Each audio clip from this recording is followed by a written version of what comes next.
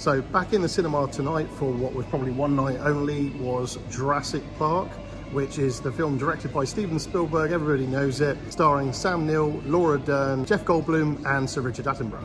Of course, pretty much everyone's seen this film. Of course, we've seen it a number of times.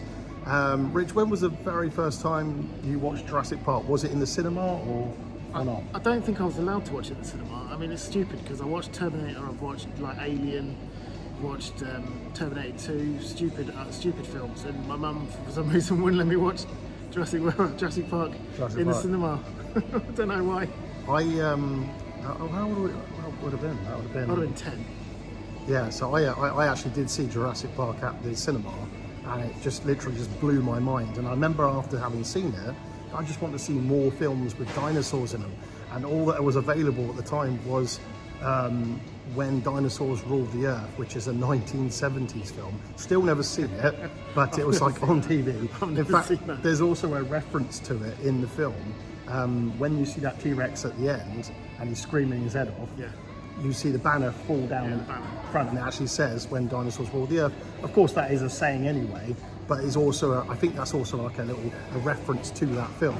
But saying that, it's Jurassic Park that literally just paved the way for so many like dinosaur films going forward, monster films. They all exploded going forward. A bit like the way Saving Private Ryan did for the military films. After that, you saw endless amounts of military films made in that same mold, and it's the same thing with Jurassic Park.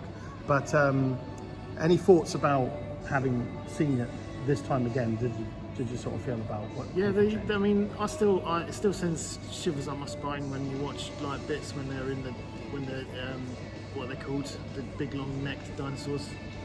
Diplodocus, when they see that. Oh, the Brachiosaurus. Brachiosaurus, yeah. Oh, right, okay. I thought when you said it made you spine, I thought you meant you scared. I was like, no, what? not scared. No, no, it's like the when the music plays and it's panning across and stuff.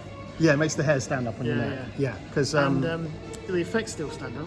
The effects are really good. Yeah, the effects do stand up. I think if there was to be nitpicky, I suppose the only one where it is in that moment you said with the Brachiosaurus, it's probably the only one. It still holds up, but it's the only one where I could probably sort of see the slight in seams the water. on it. When they're in the water, slightly. No, when Sam was standing in front of it, and the way he's standing there, the dinosaurs behind him, you can kind of see like the computed, how it's sort of made. But that's, like I said, a nitpick. But like I said, all the effects stand up. I love the fact that the film uses a blend of the practical as well as the computer generated effects, which were new for the time. Yeah. I was just saying to Rich in the cinema, because Rich sees a whole bunch of films, and I'm like, did you enjoy it? I'm like, no, I didn't like that. Well, why? It didn't make any sense. Geographically, it didn't make any sense. Like, what? What do you mean geographically didn't make any sense? So, like, case in point, when we watched 28 Years Later, I loved the film. And I think you liked it too. Yeah, I liked the film. But you did like it. But you'll see Rich's hand just sort of go like that. And you're like, what's that? What's that about? And it's because they walked to the Angel of the North, and the Angel of the North was like 2 hours away. They walked by to the car. Angel. Say it again. They what? They walked to the Angel of the North, but the Angel of the North from Lindisfarne was like 1 hour, 1.5 hours, 2 hours away by car. Yeah. So in like one scene there somewhere, and another scene there somewhere else. But Rich obviously don't understand that. That's the way movies are made. I do understand it. It just was annoying. Right. So, any objections to tonight's film? Because by that bar, you should hate Jurassic Park, and I'll tell you why. Is it the fence where they go down to the fence? So the T-Rex... The T-Rex is on the top of the fence, but then there's a massive chasm there where a car can fall down into a chasm. Everyone knows this. But yeah, I didn't see Rich's hand go up during that moment. And there was also... even watching it today, actually, didn't the brackets... They literally climb up a little way up a tree to rest for the night, and suddenly they're feeding the Brachiosaurus, and the dinosaur's like 100 foot tall. So that's the thing I noticed this time around. The film's so good. I'm not dissing the film. I'm just saying we're just having a laugh about this, but no, the film is fantastic. It's still the best Jurassic Park film. It's one of the best films ever. It is one of the best films of all time. It absolutely is. Not just because of its story. I think this is what the sequels kind of got wrong. You were saying the bit where you like where a moment made the hairs stand up on your neck, and I felt that too as well. But that's what I mean about Jurassic Park. It has those wonder moments. It also has those scare moments.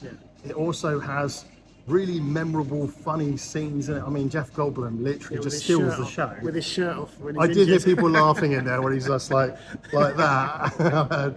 And one thing that, you know, when you watch it at home, you don't get that same experience. But in there, like every time, is it Timothy? Yeah. Every time every time he said something, it charmed the audience. I heard people like audibly laugh in the cinema, so that was nice. But loved seeing all the different dinosaurs in it. I remember like when watching it the first time, and you watch the film over and over, and you get to that moment where what's his name, the guy who messes the whole park up. That's it, Dennis Nedry, and he's going in there and stealing the dino DNA. And you see like it says Stegosaurus, and I was like, oh, we didn't see the Stegosaurus. But then you get to see that in the next Jurassic Park film. How would you say this one? Obviously, this one's the best, but do you like any of the other Jurassic Park films? I mean, because Rich is going to see back here at the cinema next week is the second Jurassic Park film, Lost World. Yeah. Was that one of the ones you enjoyed?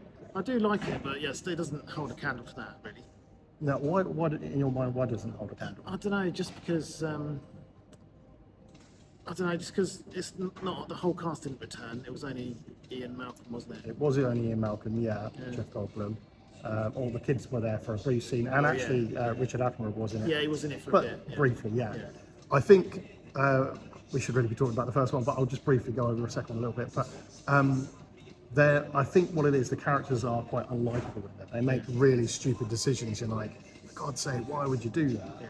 And one thing the first film really does well, it's not just about dinosaurs, it's about greed and commercialism and all those things, and how, you know, it's like looking at a theme park. A theme park is trying to get off the ground, and it just needs a couple of people to sign off on it, and then there's a danger in the park. It just happens to be dinosaurs in this case. And they completely remove that until we get to, say, Jurassic World, which, in my opinion, is probably the second best Jurassic Park film. I think I did a ranking a while back, and I'm not sure if I'd put Jurassic World second, but I probably would change that to be it now, because it does that. It knows what it's supposed to be about. Any final thoughts on tonight's movie? Just, it's one of the best films ever. Just go and see it if you haven't seen it. Yeah, I mean, I'm sure everybody out there has watched it, but maybe there are people today's generation that haven't seen it. It was nice that you see families in there taking their kids to watch it. And that might have been the first time watching it. Yeah, screen was full. Screen was absolutely full. Yeah, the screen was absolutely packed, which I didn't actually kind of expect that. We went in the smallest screen either. But if you've never seen Jurassic Park, definitely give it a watch. And it's definitely, if you ever get to watch it in the cinema again, it's definitely worth coming to see. Yeah. But if you made it this far in the video, do leave us a like and subscribe, and check out my other playlists, which include movie reviews, movie rankings, movie locations, and lots more. Thanks again for tuning in, and until next time, I'll see you at the movies.